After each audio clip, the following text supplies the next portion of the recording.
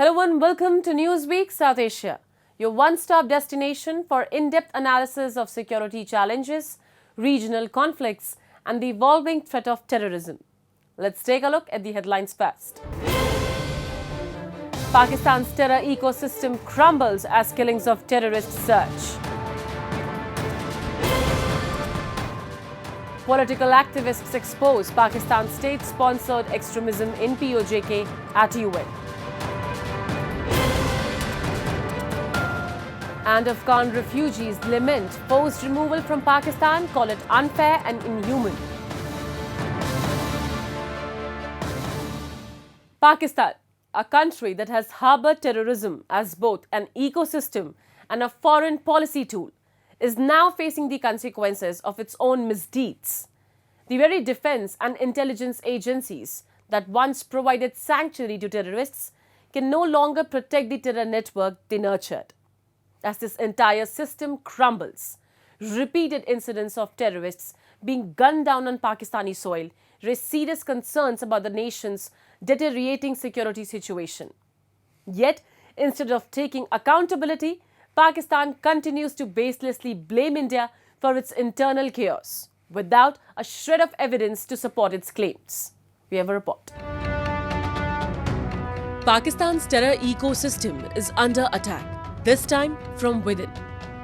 Islamabad's Army and Inter-Services Intelligence, ISI, which have historically aided and abetted terrorism, are now failing to safeguard their long-standing terror proxies. The country is witnessing a surge in targeted killings of wanted terrorists, raising red flags about its fragile internal security. The latest incident took place in Karachi, where unidentified gunmen assassinated Abdul Rehman, a top Lashkar-e-Taiba financier and a close aide of Hafeez Saeed, one of Pakistan's most notorious terrorists and the mastermind behind the 26/11 Mumbai terror attacks. Reports suggest that two assailants on a motorcycle approached Rehman, who was standing at a shop, and fired multiple rounds at him.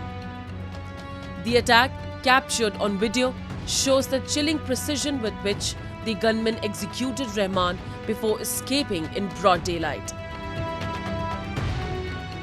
See, Pakistan's intelligence agency ISI is the one that coordinates all the terrorist activity in India. And terrorists are their big weapons which they use regularly after infiltrating them and carrying out terror acts in India.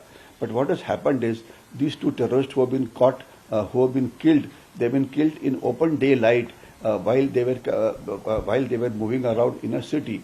So therefore, it is very clear that Pakistan's agencies' capability to protect its big assets like terrorists now is at stake, because Pakistani agencies cannot protect its own terrorists in their own country. This assassination follows another high-profile killing on March 16th, when Qatal, a close associate of Hafeez Saeed, was shot dead in Pakistan. Qatal, also known as Qatal Sindhi, was a key operative involved in several attacks, including the 2023 Rajouri attack and the 2024 bus attack on pilgrims in Riyasi district of Jammu and Kashmir.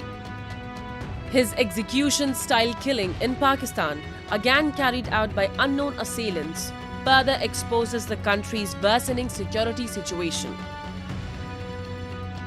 Adding to the unrest, senior Jamiat Ulema-e-Islam leader Mufti Abdul Baki Noorzai was gunned down near the Qatal airport, marking yet another political assassination. The rising number of such targeted attacks has reportedly forced Pakistan's ISI to re-evaluate security arrangements for terrorists involved in anti-India operations.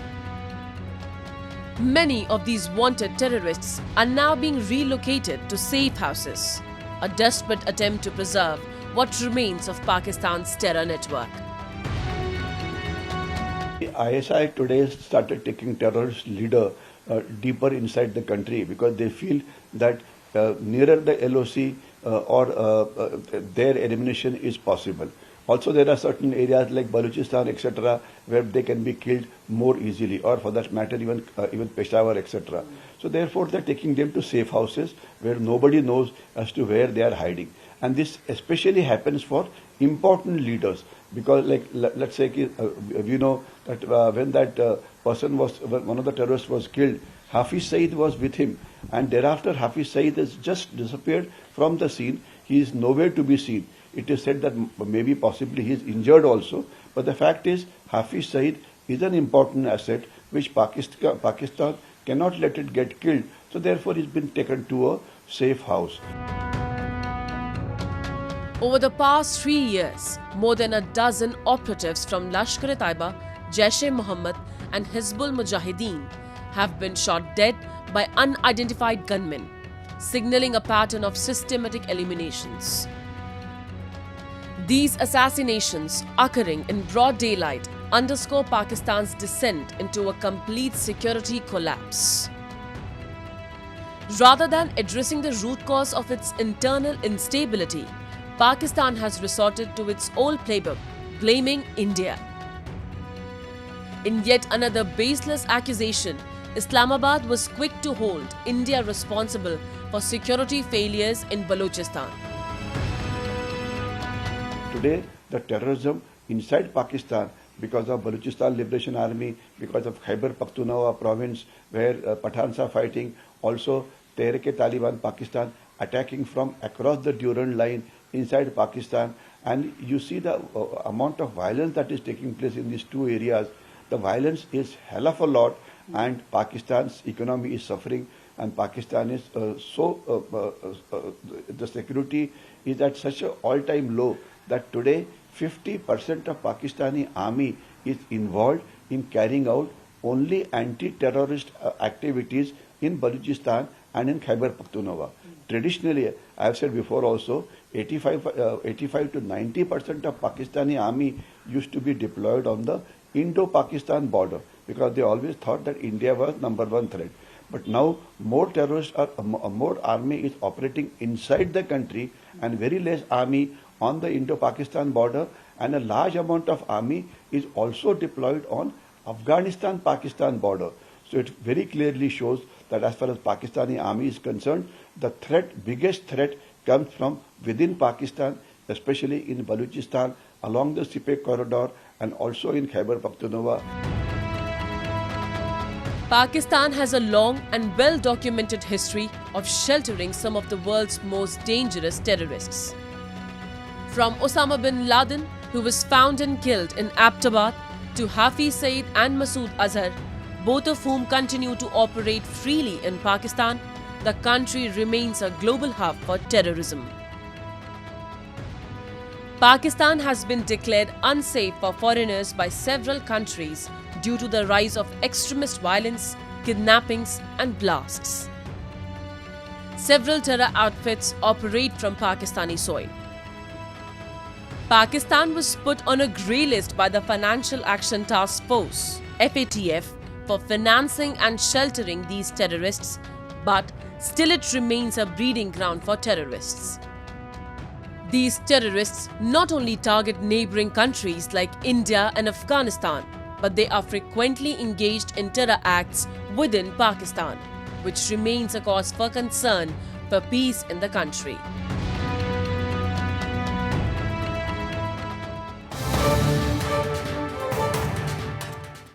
While Pakistan struggles to contain its own instability, its oppressive policies continue to spark outrage on international platforms. In yet another damning indictment of Pakistan's human rights abuses, scores of activists from the Baloch National Movement staged a protest in front of the United Nations Human Rights Council office in Geneva this past weekend. Their demand: an end to the atrocities inflicted on the people of Balochistan. From enforced disappearances to extrajudicial killings, the demonstrators called on the international community to take urgent action. Our report has more. Dozens of activists from the Baloch National Movement gathered outside the UNHRC office in Geneva, raising their voices against Pakistan's systematic human rights violations in Balochistan. Holding banners and chanting slogans, they condemned enforced disappearances, extrajudicial killing, and the repression of dissent in the region. The demonstrators demanded the immediate release of prominent activists, including Dr. Mehran and Sameedin Baloch, while calling for global intervention to end Pakistan's brutal crackdown on the Baloch people. Reaffirming their commitment to a peaceful struggle for Balochistan's liberation, the protesters vowed to intensify their diplomatic efforts with international organizations such as the United Nations and human rights bodies. Meanwhile, BNM's Manzoor Baloch addressed the UNHRC, calling for urgent intervention to address the humanitarian crisis in Balochistan. Remain unregistered. Inside Balochistan, countless families have been displaced due to military operation, enforced disappearances, and widespread violence. These IDPs live in dire conditions without proper access, food, shelter, and health care. We urge this Council to call on the UNHRC to recognize Baloch refugees, conduct a mission to Balochistan, and take immediate action to address the need. The protest came in wake of the 6th Balochistan International Conference hosted by the Baloch National Movement in Geneva. The event saw political leaders, journalists, and the intellectuals highlighting the grave human rights violations in Balochistan and the exploitation of its natural resource by both Pakistan and China.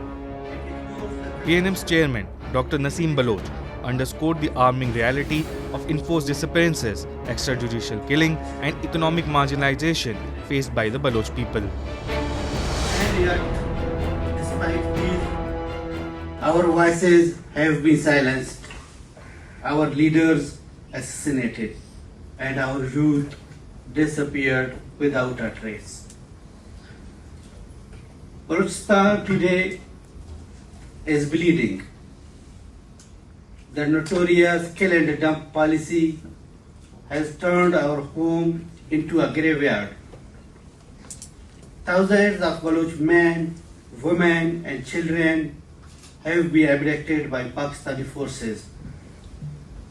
Their lifeless bodies, marked with torture, are thrown into the wilderness as a warning to those who dare to demand freedom.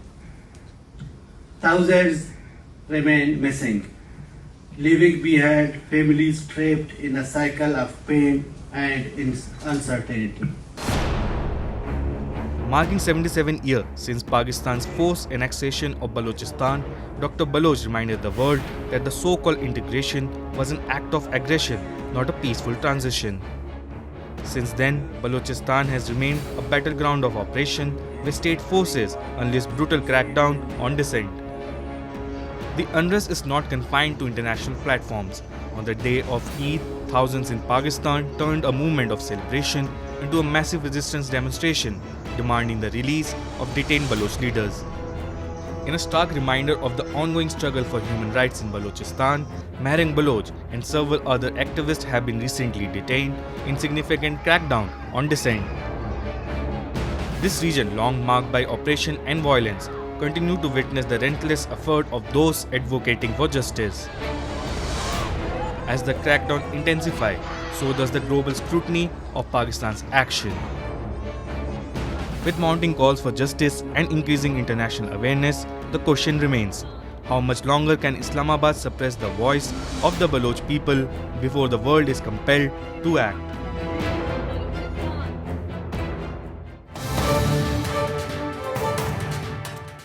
The call for justice is not limited to Balochistan.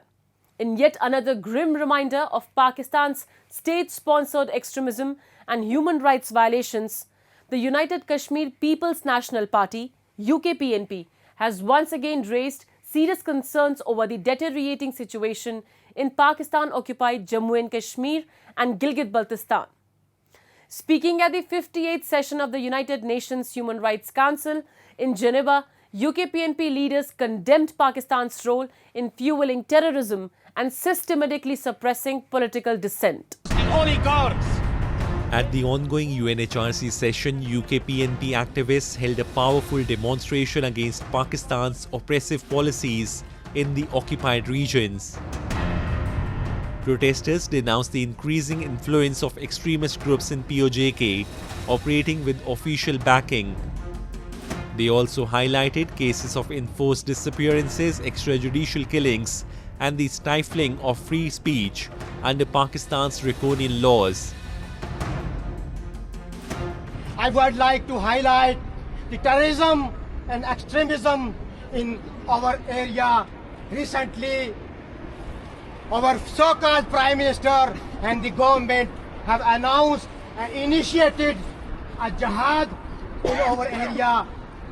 They have sponsored that jihad since many decades, but now they have activated and initiated again, and that jihad is fully supported, funded by Pakistan. Last but not least, we strongly condemn the recent assassination attack on our senior vice chairperson, Madam Tanya. They are trying to stop the real voices of people of Jammu and Kashmir, and they are trying to stop the voices of United Kashmir People's National Party. Hussain urged the UNHRC to send a fact-finding mission to POJK and hold Pakistan accountable for its gross human rights violations. The demand for international intervention is growing stronger as state-backed violence escalates. The alarming situation in POJK and Gilgit-Baltistan is further compounded by Pakistan's patronage of extremist organizations. Jameel Maqsood, president of UKPNP's Foreign Affairs Committee, accused Islamabad of deliberately destabilizing the region by allowing militant outfits to operate freely under state sponsorship.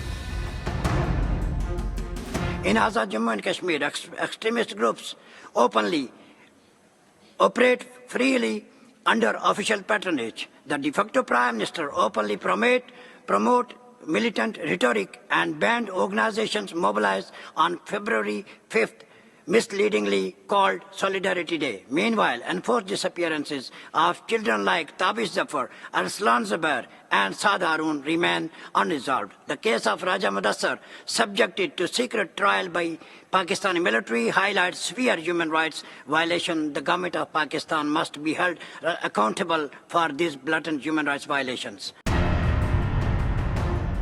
International human rights organizations have long documented the operation in these occupied regions. Political repression, torture, forced disappearances, and severe restrictions on freedom of speech are rampant. The 1974 Interim Constitution Act of POJK blatantly curtails fundamental rights, criminalizing any discourse against Pakistan's occupation. Adding to the distress, socio-economic hardships have crippled the people of POJK and Gilgit-Baltistan. Widespread protests have erupted against Islamabad's discriminatory policies, with grievances ranging from chronic power outages and poor education infrastructure to rising unemployment and inflation. Despite repeated calls for intervention, the plight of the people in these occupied territories remains unresolved. As Pakistan continues its iron-fisted rule, activists are urging the United Nations to take immediate action and hold Islamabad accountable for its systematic abuses.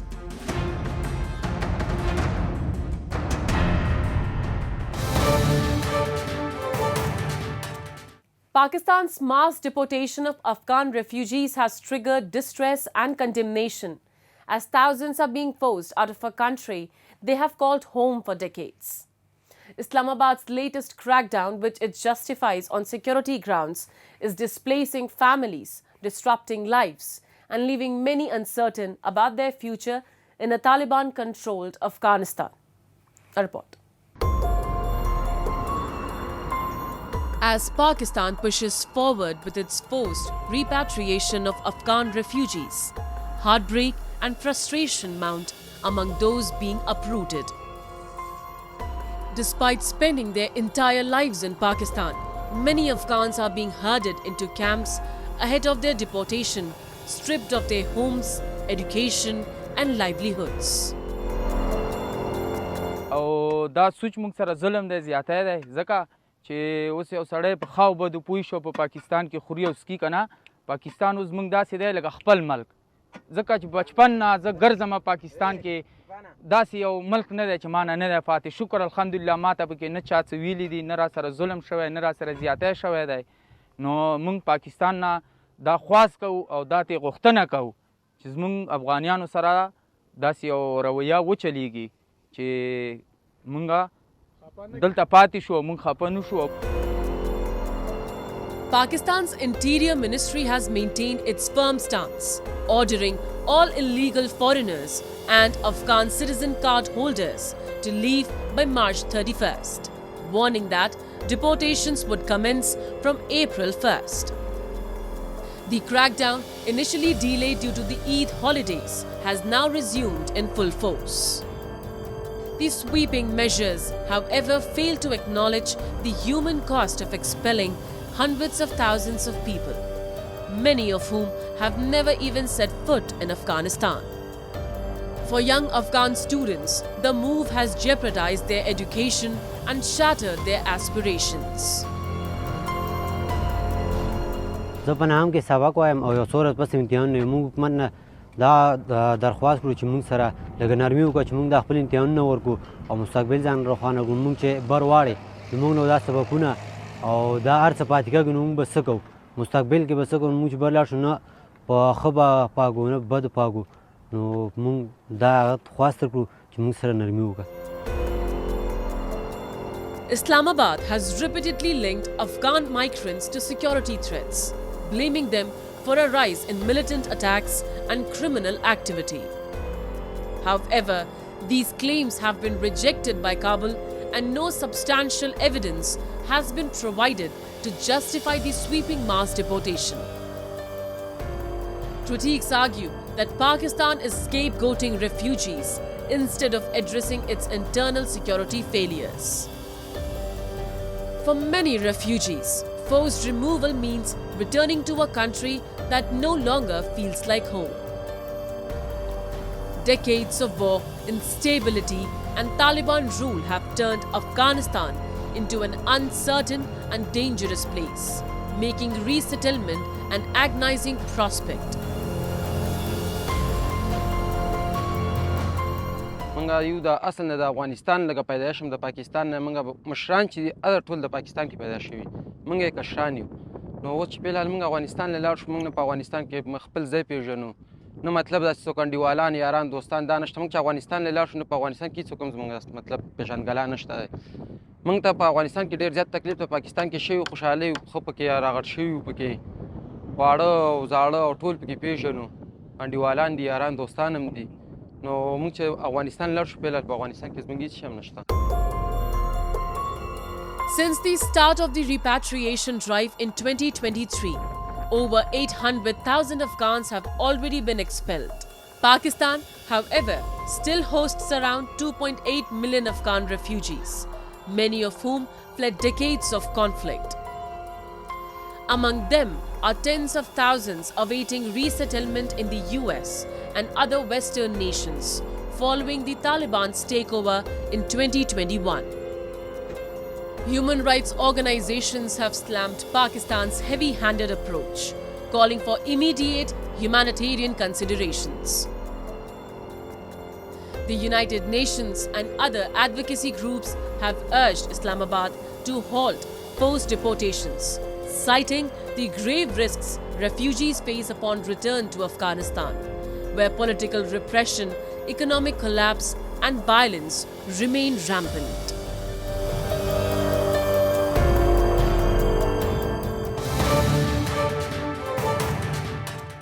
And with that, we come to the end of this edition of Newsweek South Asia.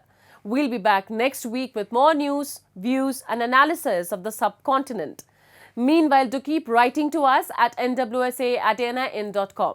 This is Shivangi Mishra signing off on behalf of the entire production team of Newsweek South Asia. Goodbye and take care.